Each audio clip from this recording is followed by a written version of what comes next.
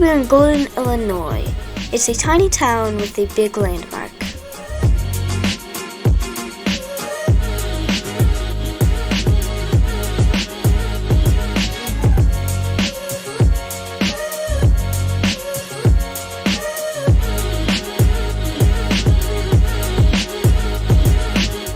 Prairie Mills Windmill was built in 1874 by H.R. Wienke. It was the third of 3 windmills he built in his lifetime.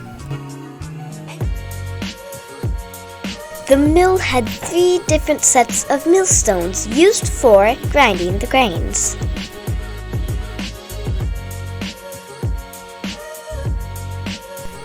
The mill ground corn, wheat, oats, and buckwheat.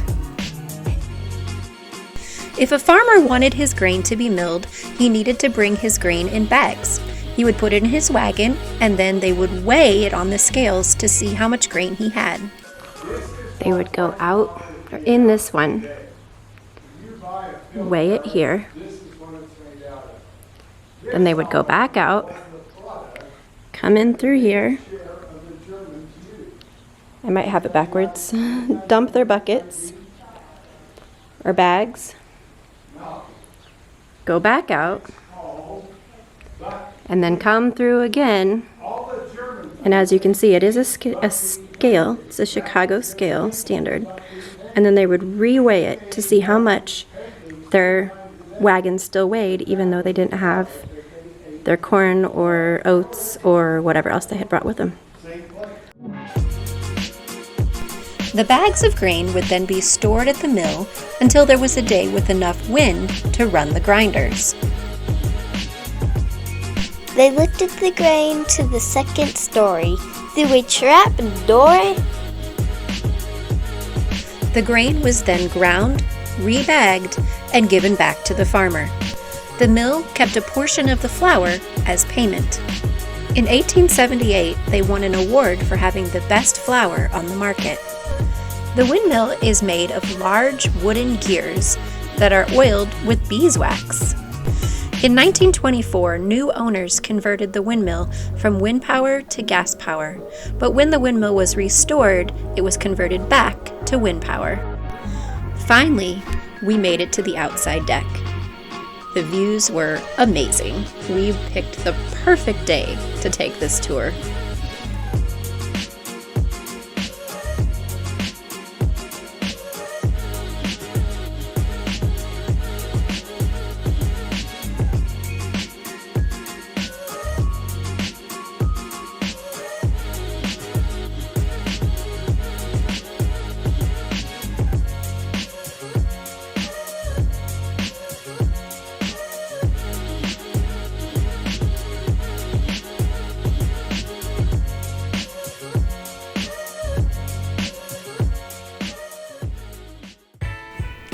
When we were there, the windmill itself was not running, and it had not been run since 2019.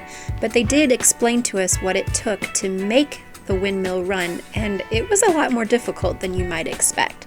First of all, you have to take the anchor out of the decking and grab a windmill blade. It has to be windy. Then you take the windmill blade and you run along the decking, trying to help it get its speed so that the wind can catch it and take it from there. The decking is actually slightly less, safe than it might initially look. So you have to run with your blade fast enough that the blade goes, but you don't get hit by the one behind you. And did I mention the guys that do this are about 70 years old? Yeah, it was quite the interesting story. The direction of the windmill can be changed to match the direction of the wind, much like a sea captain uses a large wheel to control his boat.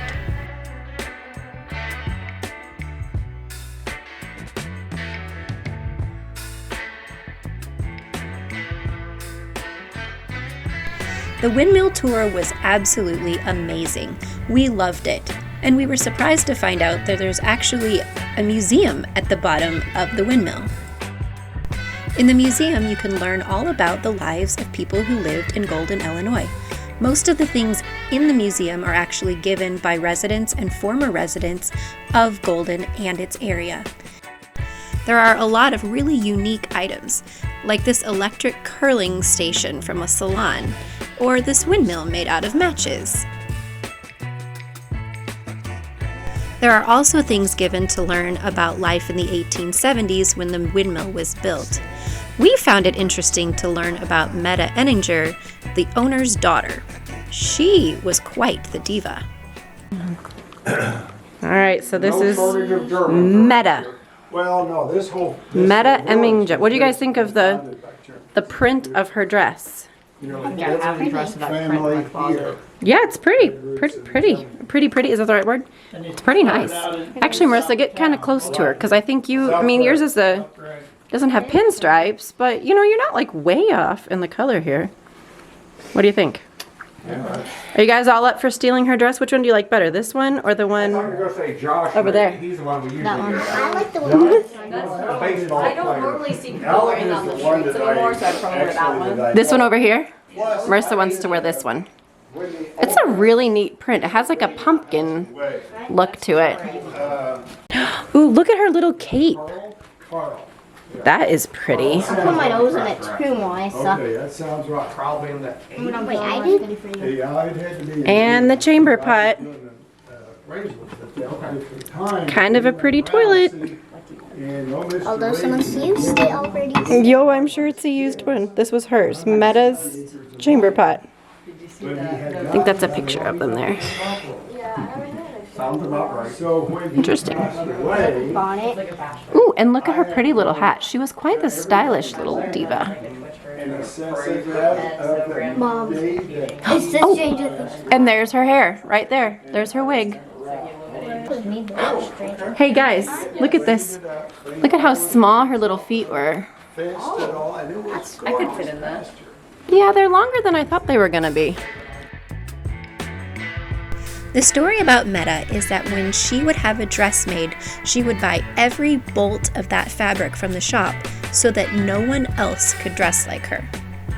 So then when she died, they found tons and tons of fabric in her house, which they lined up and sold. So everyone in town could dress like her after she died.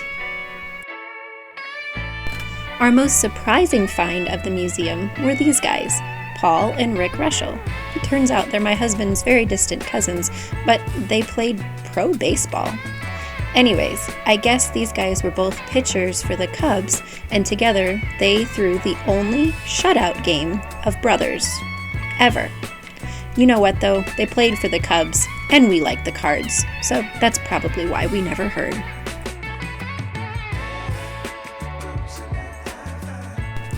The Prairie Mills Windmill is open Saturdays and Sundays from 1 to 4 during the months of May through October. Be sure to call first to make sure there's someone there to give you a tour. This is worth the drive. We absolutely loved this tour.